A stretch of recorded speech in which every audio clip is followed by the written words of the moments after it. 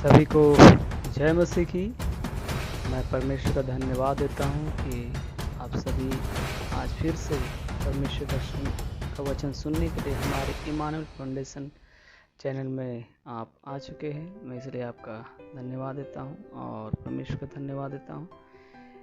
आइए हम लोग इस वचन को देखने से पहले एक वचन को हम लोग पढ़ेंगे, और जहाँ ऐसा लिखा है मत्ती 10 अध्याय 42 पद में, जो कोई इन छोटों में से एक को मेरा चेला जानकर एक कटोरे ठंडा पानी पिलाए, और तुमसे सच कहता हूँ किसी रीति से अपना प्रतिफल ना खोएगा। आप देखते हैं कि जब जक्कई का जीवन में इच्छा हुआ, आप जक्कई का कहानी को जानते हैं, लूका 19 अध्याय 1 से 10 पद में, जहाँ जक्कई का जीवन बदल गया। और जब जक्कई ने उस परमेश्वर का आदर किया और अपना घर में जब यीशु मसीह को आने के लिए अपना द्वार खोला, तो जक्कई का जीवन बदल गया। और जानते हैं कि जक्कई एक चुंगी लेने वाला है ना व्यक्ति था। इस बात को आप लूका 19 अध्याय 1 से 10 पद में आप पढ़ सकते हैं, जहाँ यीशु मसीह ने कहा कि मनुष्य का पुत्र खोए को ढूंढ उसका उद्धार करने के लिए आया। फिर अब यदि उत्पत्ति 18 अध्याय 1 से लेकर 15 पद देखेंगे, तो अब्राहम के जीवन में भी 3 पुरुष आया था। और इस बात को जानते हैं कि अब्राहम के जीवन में आशीष नहीं था, मगर अब 18 अध्याय 1 से लेकर 15 पद पढ़ेंगे, तो अब्राहम ने उस 3 दूतों का बड़ी अच्छा से स्वागत किया, जिसका परिणाम अब्राहम के जीवन में जो आशीष की कमी थी, उसने उन आशीष को पाया।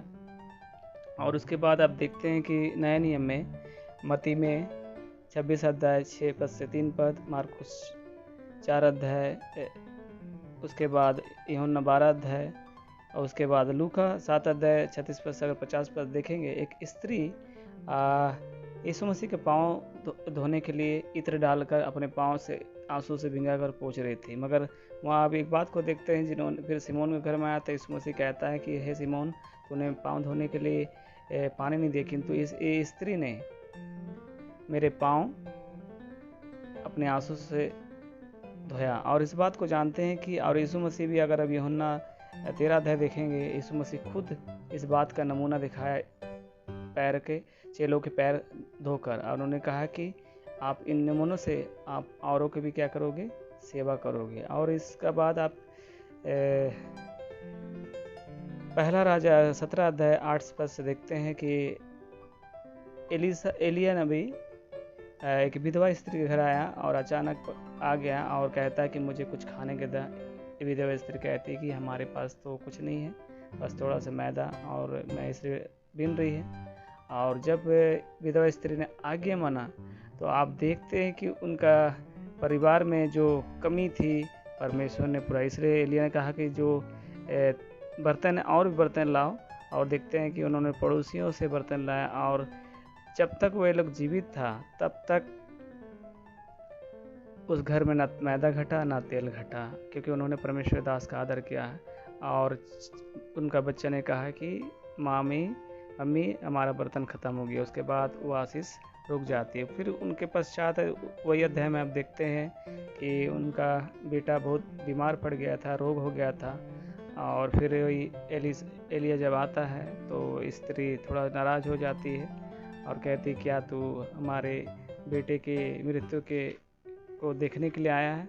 मगर इन बातों को एलिया ये बात को नहीं ध्यान देता है, और उन्होंने परमेश्वर से प्रार्थना किया, और प्रार्थना के फल स्वरूप आप देखते हैं कि जो विधवा स्त्री थी, उनका जो बेटा है ना, उनका बेटा फिर से जीवित हो जाता है। और वही घटना आप दूसरा राजा 4 अध्याय 8 पद से भी वहाँ देखते हैं कि वो बेटा जो मर गया था, वो बेटा क्या हो जाता, फिर से जीवित हो जाता है। यदि हम परमेश्वर के दासों का आदर करेंगे, तो हो सकता है परमेश्वर के दास छोटा या बड़ा हो, परमेश्वर का चुना हुआ दास रहता है। यदि हम परमेश्वर के दासों का जब आदर करते हैं, परमेश्वर के दासों के द्वारा आपके घर में परमेश्वर बड़ी बड़ी आशीष को लेके आता है।